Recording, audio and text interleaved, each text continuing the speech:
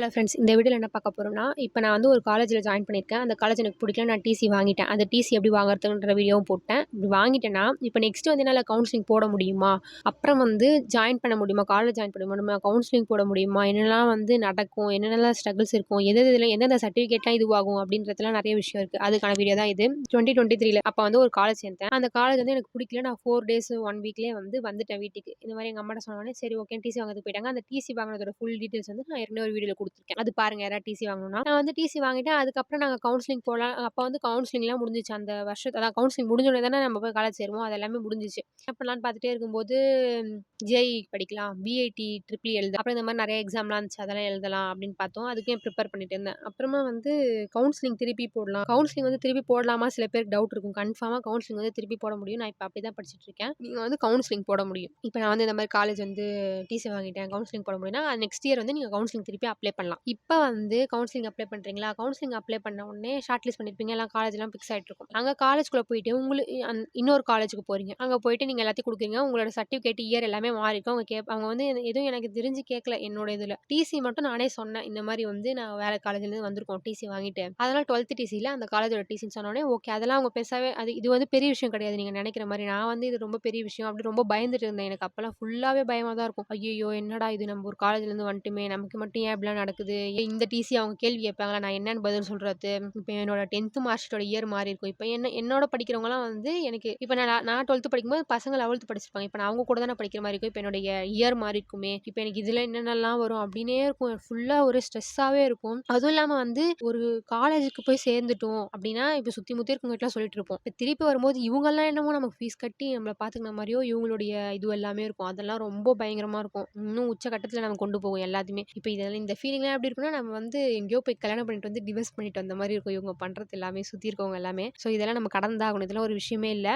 எல்லாமே just like தெரிஞ்சு எடுத்துக்கோங்க இவங்க எல்லாரையுமே. இப்போ என்னென்னலாம் வரும்னு சொல்கிறேன். இந்த மாதிரி அட்மிஷன் போட போவீங்க. ஓகே அட்மிஷனில் போட்டுருவீங்க. சர்டிஃபிகேட் கொடுக்கும்போது என்னென்னலாம் சர்டிஃபிகேட் கொடுக்கணுன்றதுக்கு ஒரு வீடியோ போட்டேன். அதில் டிசி வந்து அவங்க எனக்கு தெரிஞ்சு கேட்க மாட்டாங்க. அவங்க வந்து இயர் செக் பண்ணுவாங்க அந்த சர்டிஃபிகேட் இயர்ஸ்லாம். அப்போ வந்து இந்த மாதிரி காலேஜ் டிசி அப்படின்னு சொல்லிட்டீங்கன்னா விட்டுருவாங்க. ஏன்னா இது நீங்கள் மட்டும்தான், நான் மட்டும் தான் இப்படி வந்துட்டேன் அப்படின்னு நினைக்காதீங்க. நிறைய பேர் இந்த மாதிரிலாம் வந்திருப்பாங்க. அதனால் வந்து அவங்க எதுவுமே பெருசாக எடுத்துக்க மாட்டாங்க. நான் வந்து இப்போ எப்படி சேர்ந்தேன்னா, ஒரு வருஷம் கழிச்சு கவுன்சிலிங் போட்டு சேர்ந்தேன். ஏன்னா எங்ககிட்ட அந்தளவுக்கு கேஷ் இல்லை. இப்போ நீங்கள் கேஷ் வச்சிருக்கீங்க, எனக்கு வந்து ஒரு காலேஜ் பிடிக்கல, இன்னொரு காலேஜ் நான் போய் சேரலாமானா நீங்கள் போய் மேனேஜ்மெண்ட்டில் சேர்ந்துக்கலாம். அப்படி சேர்ந்தவங்க கூட இருக்காங்க. 2 மந்த் 3 மந்த் வந்து 1 மந்த் கிட்ட கிளாஸ் போயிருக்கோம். அவ்வளோதான். உங்களால் ஈஸியாக பிடிச்சிக்க முடியும். நீங்கள் மேனேஜ்மெண்ட்டில் கூட போய் சேரலாம் இருக்கிற டிசி வச்சு. எதுக்கு ஒரு இயர் வேஸ்ட் பண்ணணும் அப்படின்னு நினச்சிங்கன்னா அதெல்லாம் ஈஸி தான், கேஷ் இருந்துச்சுன்னா. இப்போ வந்து நான் இந்த மாதிரி சர்டிஃபிகேட் கொடுக்கும்போது இந்த மாதிரி காலேஜ் வேறு காலேஜ் வந்து டிசி அப்படின்னு சொன்னாலும் ஓகே, அவங்க அதெல்லாம் எதுவுமே பெருசாக எடுத்துக்க மாட்டாங்க. நம்ம இந்த அளவுக்கு பயந்த அளவுக்கு அவங்க ஒன்றுமே நடக்காது. அவங்க ஈஸியாக அவங்களுக்கு ஒரே வேலையாக இருப்பாங்க. அப்போ கடன்னு எல்லாத்தையும் முடிச்சு எடுத்து வச்சுருவாங்க. ஓகே முடிஞ்சிச்சு. அப்புறம் கிளாஸில் வந்து இது கலெக்ட் பண்ணுவாங்க. அப்போ வந்து கொஞ்சம் கொஞ்சமாக கலெக்ட் பண்ணுவாங்க. அப்போ வந்து நீங்கள் உங்கள் ஃப்ரெண்ட்ஸ் கிட்ட வந்து கூட இருக்கவங்க கிட்டலாம் வந்து இந்த மாதிரி நான் வந்து ஒரு காலேஜ்லேருந்து வந்துட்டேன், நாங்கள் படிச்சுட்டு இருந்தேன், அந்த மாதிரி எந்த கதையும் நீங்கள் விடவே தேவையில்ல. இந்த மாதிரி என்ன ஜேஇ படிக்க வச்சாங்க, அவ்வளோதான். ஒரே வார்த்தையாக நிறுத்துங்க, ஜேஇ நான் படிச்சுட்டு இருந்தேன், ஜேஇக்கு நான் கோச்சிங் சென்டர் படித்தேன், அவ்வளோதான். எங்கே படித்தேன், நான் எங்கேயோ படித்தேன், நான் படித்தேன், அவ்வளோதான். இந்த மாதிரி வந்து உங்கள் மொத்த பாஸ்ட்டையும் ப்ரெசென்ட் இதெல்லாம் எதுவுமே யார்ட்டையும் சொல்லணுன்ற அவசியமே இல்லை. நமக்கு என்னென்ன நடந்துச்சு நமக்கு மட்டும் தான் தெரியும். ஸோ எதையும் நீங்கள் ஷேர் பண்ணிக்க வேண்டாம். உங்களுடைய அம்மா, உங்கள் தங்கச்சி, உங்க கிட்ட மட்டும் ஷேர் பண்ணிக்கிட்டா போதும். நீங்கள் வந்து உங்கள் ஃப்ரெண்ட்ஸ் யாராவது கேட்டாங்கன்னா இந்த மாதிரி நான் ஜேஇ படிச்சேன் முடிஞ்சிச்சா, அப்போ வந்து இதெல்லாம் ஸ்மூத்தாக முடிஞ்சிச்சு. அப்பா பரவாயில்லையே நம்ம செட்டில் ஆகிட்டோம் அப்படின்னு இருந்துச்சு. அப்போ தான் என்னாச்சு, நான் வந்து போன வருஷம் அந்த காலேஜ் படிக்கிறதுக்கு ஃபர்ஸ்ட் கிராஜுவேட் சர்டிஃபிகேட் போட்டிருந்தேன். இந்த வருஷம் திருப்பி என்னால் அப்ளை பண்ண முடியுமான்னு எனக்கு தெரியல. ஏன்னா வந்து அந்த காலேஜுக்குள்ளே சேர்ந்துட்டு டிசி வாங்கிட்டு வந்துட்டேன். அந்த ஃபர்ஸ்ட் கிராஜுவேட் நாங்கள் ரிஜிஸ்டர் ஆயிருக்கோம் அந்த மாதிரி நான் நினச்சேன். எங்களுக்கு ஒன்றுமே புரியல. இந்த காலேஜ் வந்து நாங்கள் கேட்டு இந்த மாதிரி நாங்கள் ஃபர்ஸ்ட் கிராஜுவேட் ஏற்கனவே ஒரு காலேஜ்லேருந்து இங்கே வந்திருக்கோம், இப்போ எங்களுக்கு அப்ளை பண்ணுமா இல்லையான்னு தெரிஞ்ச உடனே அவங்க என்ன சொன்னாங்கன்னா, இல்லை பாருங்க இது என்னன்னு எனக்கு இது டவுட்டாக தான் இருக்குன்னு அந்த சார் சொன்னார். அப்புறம் எங்களுக்கு ஒன்றுமே புரியல. நீங்கள் வந்து அங்கே கேட்டு பாருங்க, அங்கே சிஓ ஆஃபீஸா என்னமோ ஒரு ஆஃபீஸ், அவர் பேர் என்னது, தாசில்தாரா, கிரீன் கலர் சைன் போடுவாங்களா, அவங்களோட ஆஃபீஸில் போய் கேளுங்கன்னு சொன்னோடனே அவர் வந்து எங்கேயோ, அவர் பேர் என்னன்னு உங்களுக்கு கேட்டு கரெக்டாக சொல்கிறேன். அங்கே போயிட்டு அங்கே அந்த கவர்மெண்ட் ஸ்டாஃப் முக்கால்வாசி பேர் அதில் இருக்கவே மாட்டாங்க. அவங்களுடைய அசிஸ்டன்ஸ் இருந்தார்.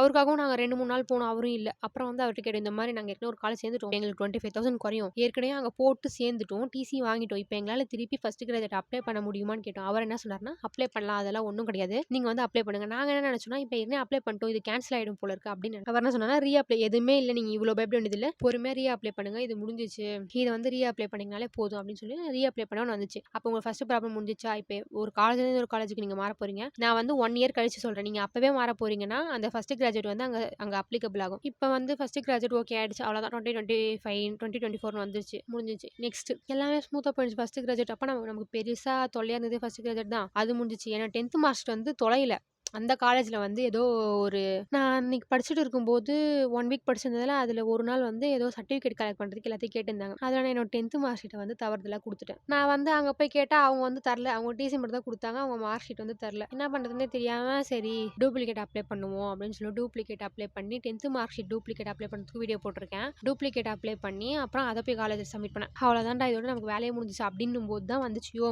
யோமைஎஸ் ஐடி வந்து அந்த காலேஜில் ஏற்கனவே ரிஜிஸ்டர் ஆயிருக்கு. இந்த காலேஜ் வந்து ரிஜிஸ்டர் ஆகலை. இந்த காலேஜ் வந்து ரிஜிஸ்டர் பண்ண முடியல. ஏன்னா ரிஜிஸ்டர் இவங்க எல்லா டீட்டெயில்ஸும் ஃபில் பண்ணிட்டு ரிஜிஸ்டர்னு போனால் ஏற்கனவே ஒரு காலேஜில் ரிஜிஸ்டர் ஆயிருக்குன்னு அந்த யோமைஎஸ் ஐடியில் காட்டு. இது ஒரு சிம்பிளான விஷயம். இப்படி காட்டுச்சுன்னா அந்த காலேஜில் இருக்கவங்களுக்கு, அதாவது அந்த காலேஜில் இருக்கவங்களுக்கு வந்து இந்த காலேஜ் இல்லை நீங்கள் ஃபோன் பண்ணி இந்த மாதிரி நான் அந்த காலேஜில் படித்தேன், என்னோட யோமைஎஸ் வந்து ரிலீஸ் பண்ணி விடுங்க அப்படின்னு சொல்லணும். இல்லை டிஸ்கண்டினியூ பண்ணுங்க அப்படின்னு சொல்லணும். அப்போ வந்து அவங்க பண்ணி முடிச்சோடனே இந்த காலேஜில் இருக்கவங்க வந்து கண்டினியூ அப்படி இங்கே வந்து கண்டினியூ ஆன மாதிரி கொடுப்பாங்க. இதான் ஒரு விஷயம். இது வந்து எனக்கு தெரியாமல் இங்கேயும் அங்கேயும் அலைஞ்சி 1 மாசமோ 2 மாசமோ இது இந்த யோமைஎஸ் தான் வந்து ரொம்ப பெருசாக போயிட்டு இருந்துச்சு. யோமைஸ் வந்து சிம்பிளான விஷயம். நீங்கள் வந்து இந்த எங்களுக்கு வந்து காலேஜில் இருக்க சார் வந்து கால் பண்ணி பார்த்தாரு. ஆனால் அவர் வந்து கால் பண்ணும்போது அந்த சார் வந்து எடுக்கல, இந்த சார் எடுக்கல, அப்படியே வந்து போயிட்டு இருந்துச்சு எடுக்காமையே. அப்போ வந்து அவர் என்ன சொன்னார்னா, என்ன கேஸு இப்போ காலேஜ் டிசியா இல்லை சில பேர் வந்து எரர்னு வந்தாங்க. அவர் என்னன்னே வந்து மறந்துட்டாரு. அப்புறம் அவர்கிட்ட நான் சொன்னேன் இந்த மாதிரின்னு சொன்ன உடனே ஓகே நீங்கள் வந்து என்ன பண்ணணும்னா அவர் வந்து 2-3 வாட்டி கால் பண்ணி பார்த்தாரு. அப்புறம் ஒன்றும் செட் ஆகல. அப்புறம் ஒரு 2-3 நாள் கழிச்சு அவர் வந்து நம்பர் கொடுத்து நீங்கள் வந்து கால் பண்ணுங்க, கால் பண்ணி நீங்கள் தான் வந்து சொல்லணும், வந்து அவங்களை ரிலீஸ் பண்ண சொல்லி நீங்கள் தான் சொல்லணும் அப்படின்னு சொல்லிட்டாரு. நான் வந்து வர டைமிங்க்கு அந்த காலேஜோட க்ளோசிங் டைம். ஸோ என்னால் வந்து சொல்ல முடியாதனால எங்கள் அம்மா கிட்ட சொல்லி எங்கள் அம்மா வந்து காலையிலே கால் பண்ணி அவங்க கிட்ட சொன்னாங்க, இந்த மாதிரி உங்களோட டிசி இருக்கும்ல, அதெல்லாம் டிசி இதெல்லாம் ஃபோட்டோ எடுத்துக்கோங்க, இதெல்லாம் பிடிஎஃப் பண்ணிக்கோங்கன்னு சொல்ல அது ரொம்ப முக்கியம். அவருக்கு வந்து ஃபோன் பண்ண உடனே அவர் என்ன சொன்னார்னா,